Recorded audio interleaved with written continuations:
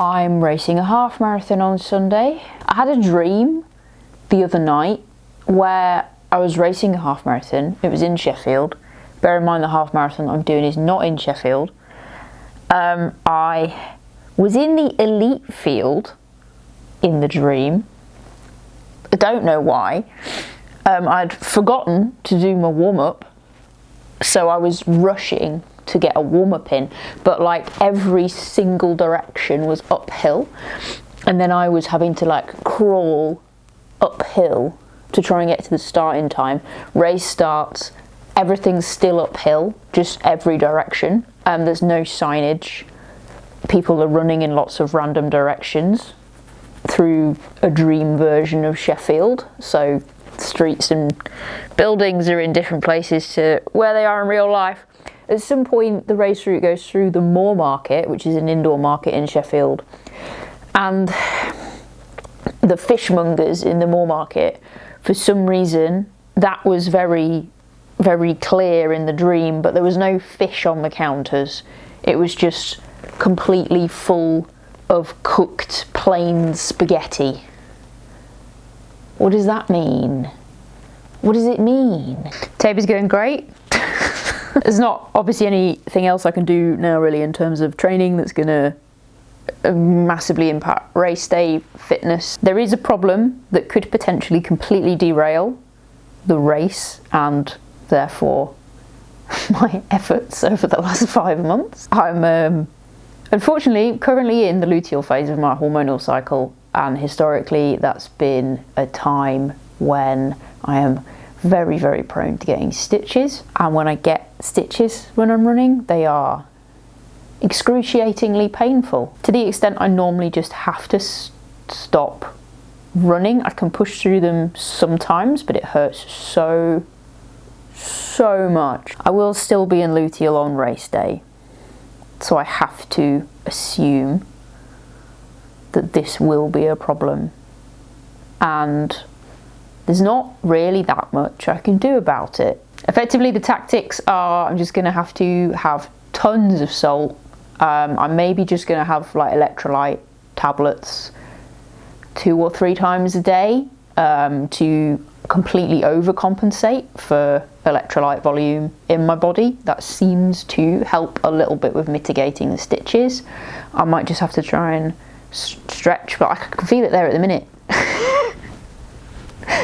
It's there. There's like a little slight bit of kind of shadow of a cramp, and I've not been doing anything for a few hours other than bits and pieces at the desk. I am going to do an interval session tomorrow morning, a very short interval session, mostly just to kind of like keep the legs feeling a bit snappy, and that will be a little bit of a test to see how my body's going to respond moving at a faster pace, and if I get a stitch during that, that's going to be a problem. Got a stitch on my easy run this morning, got a stitch during the run yesterday, so I'm actually not hopeful at all at the minute that I'm going to be able to put on the pace that I want. But I'm just going to load up on like salts and stuff as much as I can, and I'll see how my intervals tomorrow go as a bit of a tester. Yeah, not much else I can do.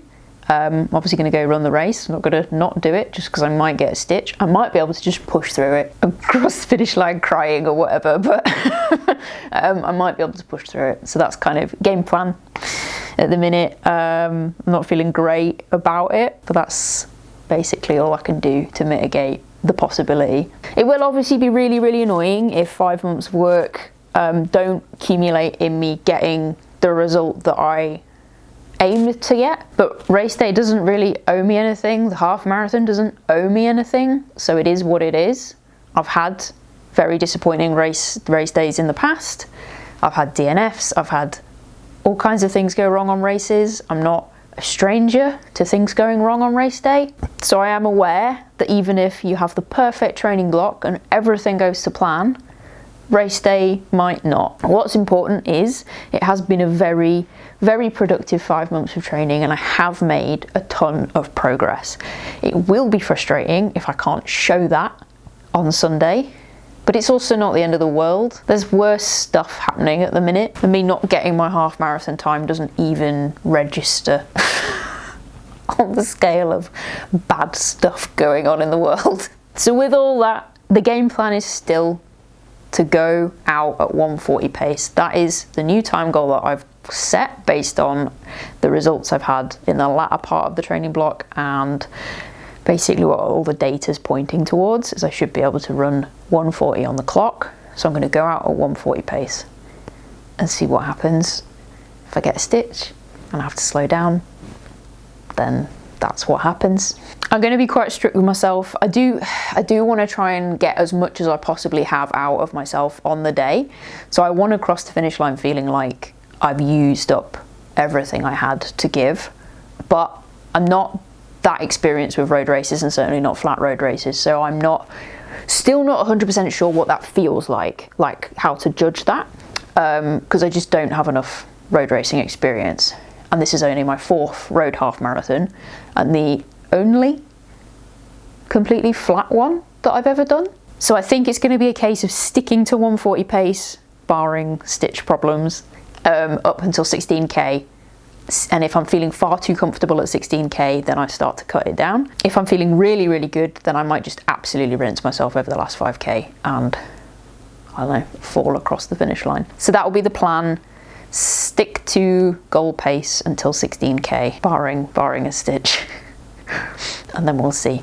If I'm feeling bad, I'll hang on. If I'm feeling good, I'll push on. Race day shoe is the Ultra Vanish Carbon 2. Not because they're the best option on the market, although I did find them quite nice to run in at Skeggy 10k, apart from this bit at the back rubbed my skin off, and I have made some adjustments to try and stop that from happening again. And I did do a test workout in them a couple of weeks ago with the adjustments, and it seems to be a lot better. So we'll see. They should get me through a half marathon. I have very strange Smeagol toes. And these are the only carbon shoe available on the market with a wider toe box. So they're kind of my only option, really, at the minute. I'm just not aware of any others that I can wear without my toe just being like really, really pressed against the mesh and it ending up being super uncomfortable and blistering. So that's mainly the reason why I'm running in these, because I feel like they're the only option. But I have mostly enjoyed running in them so far, so they're not a bad shoe, they're just not the best shoe. Race number has arrived. Singlet should arrive later this week, and that's it really. Just do my best to try and mitigate the risk of stitches occurring during the race, and that's all I can do really to get ready for race day now. 140 is still the target. I'm just going to go for that, and if the plan has to change mid-race, the plan has to change. Thank you very much for watching, and I will catch you in the race day video.